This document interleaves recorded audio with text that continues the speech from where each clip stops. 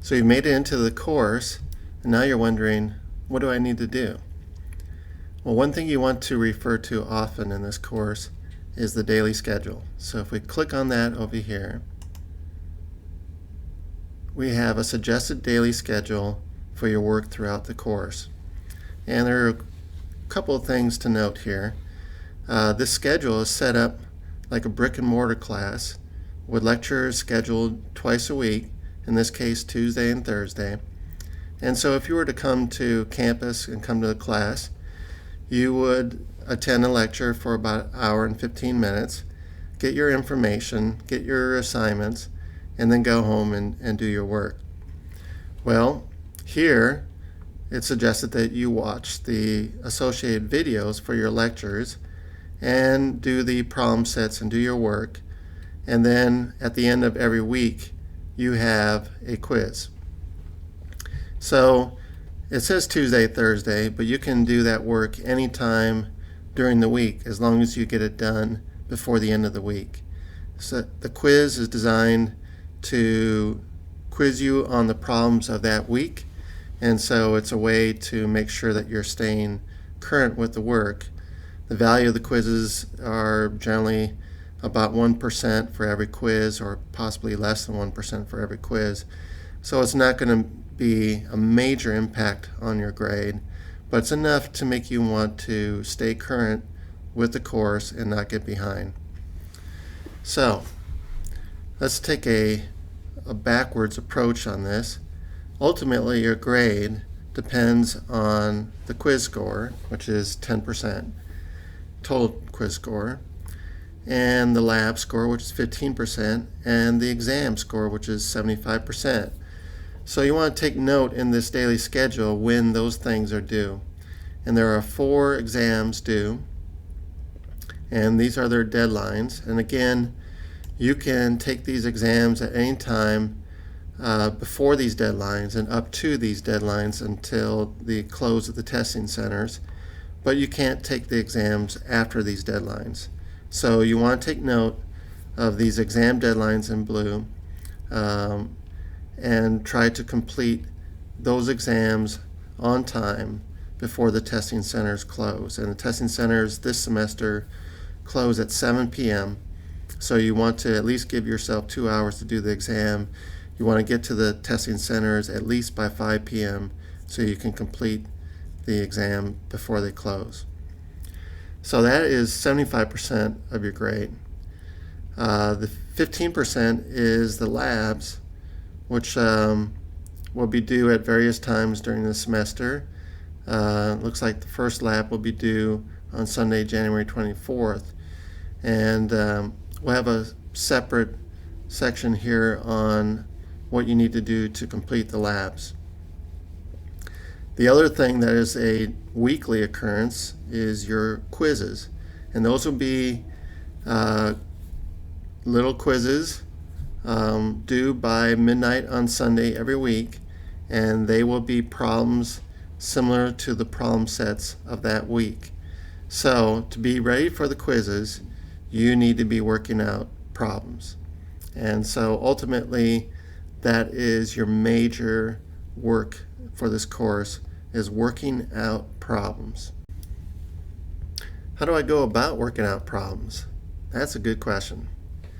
Well, all the content of this course is under the tab Content, so let's click on that. And in this particular case, we are concerned with Chapter 1, so we're going to click on Chapter 1. And first thing we see in the chapter are the lecture videos, and they're in 2 forms, Tegrity and YouTube. And the Tegrity videos are adjustable, so you can increase the speed or decrease the speed to your liking. The YouTube are just redundant forms of the same videos, just in case the Tegrity doesn't work on your computer. But down at below, we have the problem sets, and we have them either in education form or YouTube. And if I click on one of those folders and go into it, I see that the problem set is a PDF file at the top of the folder. So let's click on that. Here's the problem set for Chapter 1. These are all the problems that I would like you to do for Chapter 1. Now you go in there after you've learned the chapter and you try to work these problems. And if you run into difficulty in working a problem, then you might want to actually check the solution on EduCreations. So if we go back, we see that below this PDF file we have short videos from 2 to 5 minutes long, a worked out solution to every problem in the problem set. Let's click on one of these, for instance. And it's an EduCreation video. And you have me talking and working out stroke by stroke what you should be doing to solve this problem. It's great.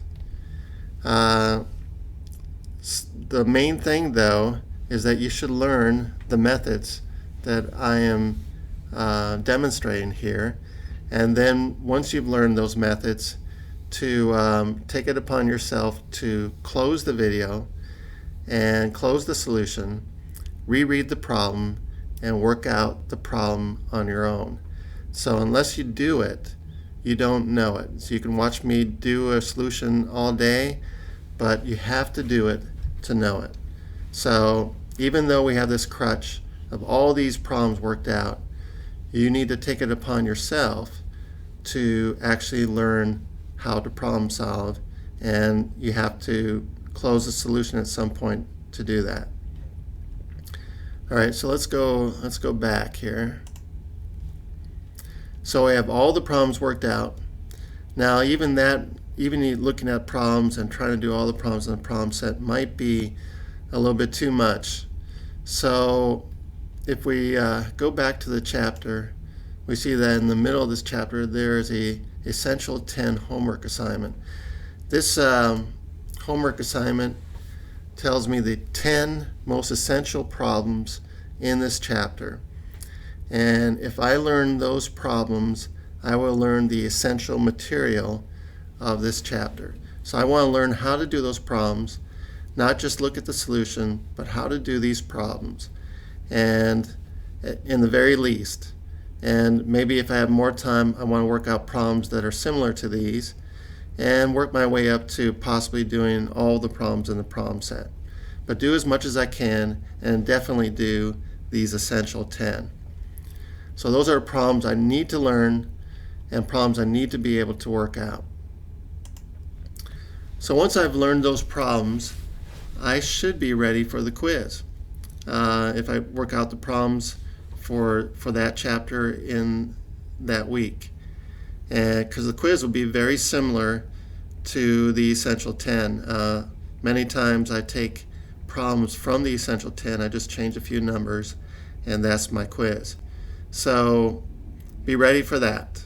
The quiz is generally 25 minutes long, 2 problems, and you have to find the answer and select the right answer.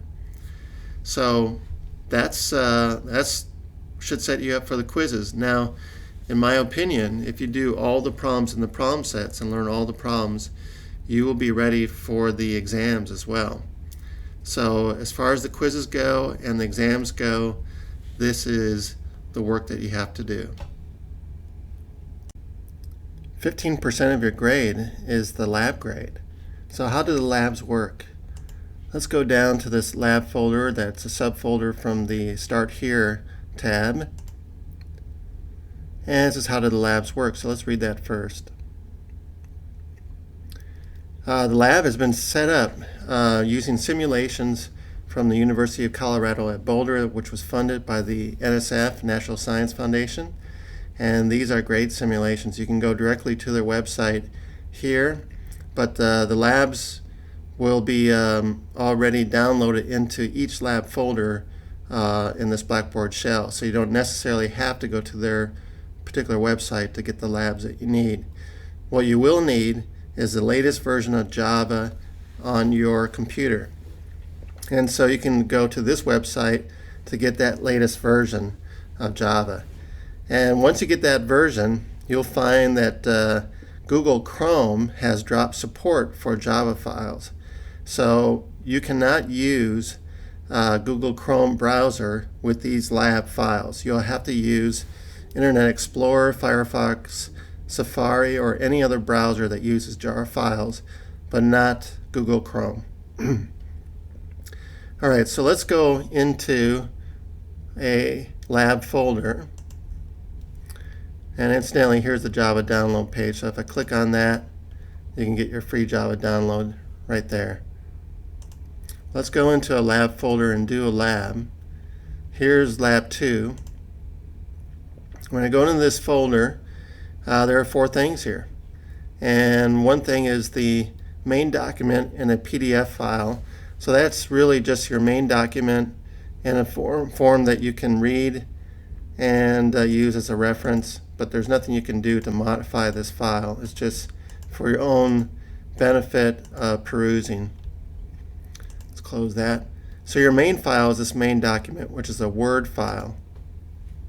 And in this Word file, I'm going to have to open it up here. You want to enable editing. And it's the same as that main file there, only on this one you can actually write in it. So you can write your answers, write your data into the tables, and do everything like that. Eventually you're going to want to write a conclusion. Oh, change the size for some reason. Eventually you're going to want to write a conclusion, and in the conclusion, you'll have 4 things. You restate the purpose, state the main data values for that purpose, state the percent error on the main data values, if applicable, and state at least 3 sources of error in the experiment. You'll always have to state 3 sources of error in the experiment, even if you had 0% error on the lab. So that'll be a paragraph that you put in there. And when you're done with this document, you're going to save it, but you want to take it out of protected view here. You want to save as a PDF file. So you're going to want to use this menu here to save as a PDF file.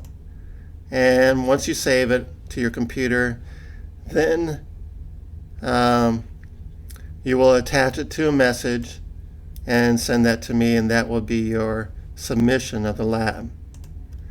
Now, that's your main document. The lab executable is this red document, and sometimes in some of these labs you may actually have an Excel worksheet where you have to fill out data in the worksheet and get the results from the worksheet. So you're just calling that up and using this worksheet for your benefit. Alright, so here's the simulation for this particular lab. And I'm going to have to open it here. It might take a little bit of time. And here's the lab simulation. So here's how it might work. I have a cannon here. I can adjust the angle of the cannon. I can even adjust its height here just by moving things around. I can adjust my target over here. I got a tape measure to measure the distance. I can pull this out as far as I wish. Just kind of play with this stuff. And I wish to fire, I fire. Oops. Alright, so let's try a greater angle here. And I almost got the target. I'm going to put the target right there and fire again. Alright, score. So I made it. So anyway, you play around the simulation and do what the lab document tells you to do, and that's it. You know, these simulations are great. As I said, funded by the National Science Foundation, and they are very typical of physics principles. Alright, so let's go back and let's close this. So, 4 things. Most of the labs will only have 3 things. They might not have an Excel spreadsheet. But your main document, save it as a PDF, attach to a message, and send to me, and that will be your submission of the lab.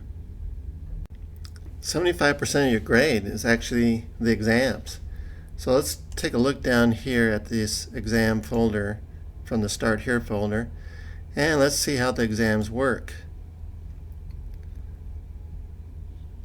It said 75% of your overall grade will be the 4 exams, compared to the quizzes, which each quiz is actually slightly less than 1%. So the exams are a big chunk of your overall grade. You have to be able to work out problems on paper and do that in a reasonable amount of time to pass this course.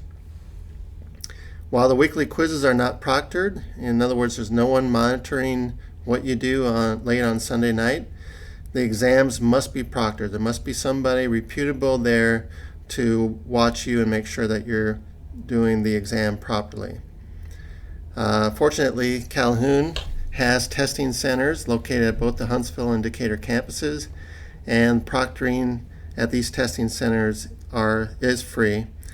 The exams will be submitted to those testing centers, so the student will simply walk into one of those centers during normal operating hours, submit an ID, give the course title and instructor, and take the exam there.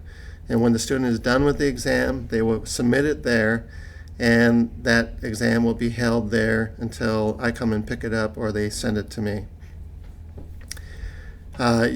You will be allowed a basic scientific calculator, just one that can do scientific calculations, but no graphing and no calculators that can store pictures or formulas.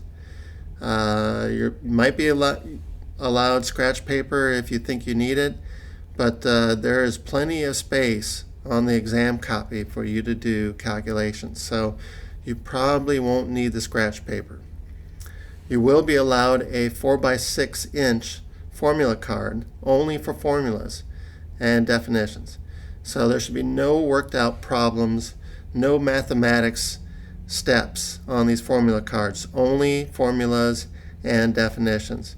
And when you're done with your exam, that formula card will be stapled to your exam and left with your exam there at the testing center. All your cell phones should be turned off, and probably they should be left with your backpacks away from the testing table.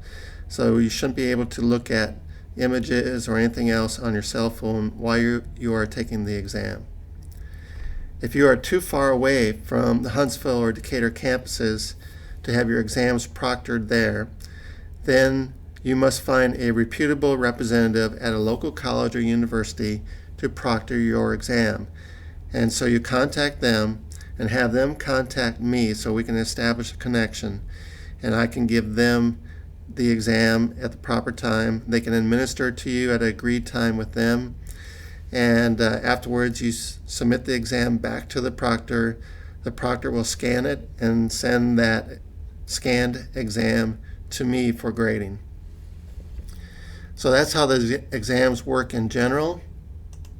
If we look at more information in this folder, we see that we have the testing center location and hours. Here's a student guide to the testing center, so this has all those rules, including cell phones and what to do with calculators. Main thing from this is the hours. The testing centers are now open Monday through Thursday from 8 a.m. to 7 p.m. Both testing centers from 8 to 7, and on Friday from 8 a.m. to 11 a.m. Now, most of my exam deadlines are either Tuesday or Thursday, so if you are completing it on the deadline day itself, then you have until 7 p.m. on that day. You want to get there at least by 5 p.m. so that you give yourself 2 hours to do the exam. And in fact, the testing centers will shut down at 6 p.m. So if you arrive after 6 p.m., they won't even let you take the exam. You can do a Friday exam only if it's not in the same week that the exam is due. In other words, if you do the exam early, then you could utilize that Friday morning time slot. All right, let's see here. What else is in this? We have a map. Here's the Decatur Testing Center, and it's located in the Noble Russell building, which is number 9 on this map. I'm located in building number 14, by the way, so not too far away, within walking distance.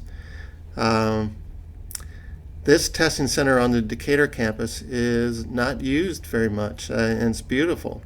It's quiet, and the facilities are great, comfortable seats. I would suggest, if you can do it, it's well worth the extra drive to the Decatur campus to take your exam there. On the other hand, the Huntsville Testing Center, located in the Research Park campus building, if you go through the main entry, it's all the way back on your right, and that often is crowded and it's not as comfortable. So that's just my suggestion, but for your convenience, you have both.